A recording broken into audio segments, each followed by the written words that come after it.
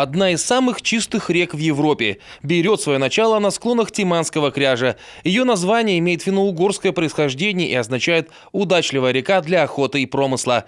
Мезень издревле была привлекательна для любителей рыбалки. Уже 12 лет на 5 рыболовецких участках здесь ведет промысел кооператив «Агроудара». Изначально в его состав входили 200 рыбаков. Сегодня не более 40, хотя улов по-прежнему богатый.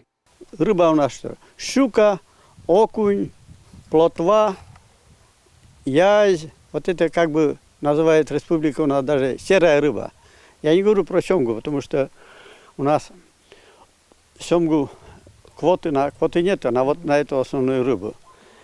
Квота у нас на сегодняшний день 2 тонны 500. Это, конечно, мало. Но людям хоть это есть возможность. Пенсионеры в основном здесь у нас в кооперативе народ. В основном пенсионеры. Это работа, как бы, ну как сказать, что выловил, пожалуйста, сдавай, и вот тебе уже и деньги.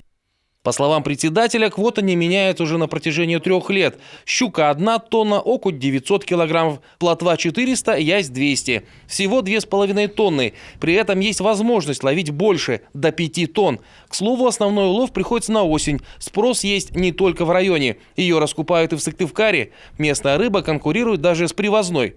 Востребованности на рынке добавит строительство цеха по переработке в Кослане. Там будет соление. В основном копчение, даже будет консервирование рыбы.